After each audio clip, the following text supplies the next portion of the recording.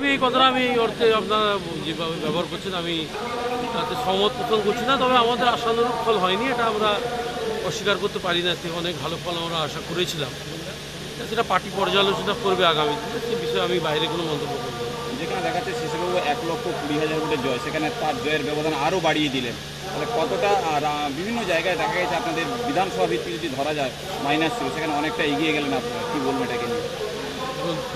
6টা বিধানসভায় খুব সম্ভবত আমরা লিড পাচ্ছি ভারতীয় জনতা পার্টি, পটাশপুর বাদে। পটাশপুরে একটু আমাদের দুর্বলতা ছিল, তবুও আমি পটাশপুরের কার্যকর্তাদেরকে প্রণাম জানাবো। তারা একটা অসম যুদ্ধ লড়ে এই জায়গায় আমাদেরকে রেখেছেন, যাতে আমরা একটা মর্যাদার লড়াই লড়তে পেরেছি। তারপরে পুরো সরকার, পুরো প্রশাসনকে ব্যবহার করা হয়েছিল, কেসের পর কেস, মিথ্যা মামলা, পুলিশি সন্ত্রাস, আরও অনেক কিছু এর পেছনে কারণ আছে। মার্জিনটা আমরা আশা করেছি না 1 লাখের উপর থাকবে। তবে আমরা যদি 6টি বিধানসভা জিততে পারি, আমার প্রথম দিন থেকে আমি আপনাদেরকে বলেছিলাম যে 7টা বিধানসভা জিতে আমরা কাঁথি লোকসভা মোদিজিকে উপহার দেব। 6টা বিধানসভা আমরা খুব সম্ভবত জিততে চলেছি, একটা পারিনি। আগামী দিনে সেই বিধানসভা আমরা 26-এর নির্বাচনে বিজেপির বিজয় পতাকা সেখানে ওড়াবো। এনডিএ সরকার পুনরায় আবার প্রধানমন্ত্রী সম্পর্কে আমার জানানোর তো আলাদা এই যে জয় সম্পর্কে, এটা মোদিজির জয়, এটা মোদিজি তার নেতৃত্বের প্রতি দেশের মানুষের আস্থা জ্ঞাপন।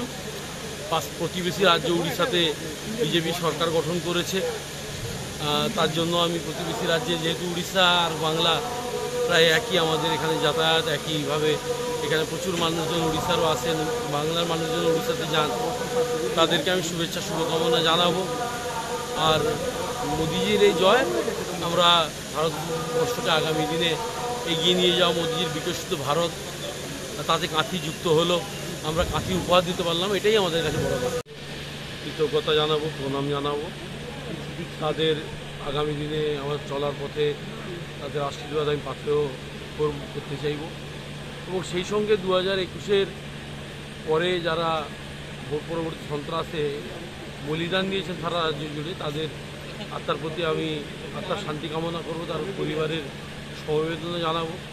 আমাদের সাংগঠনিক জেলায়, কাঁথি সাংগঠনিক জেলায় যারা প্রাণ দিয়েছেন, যারা দিনের পর দিন মিথ্যা মামলায় মমতা পুলিশের দ্বারা আক্রান্ত হয়েছেন, অত্যাচারিত হয়েছেন, জেল খেটেছেন, তাদের প্রতি আমি এই আমার জয়কে উৎসর্গ।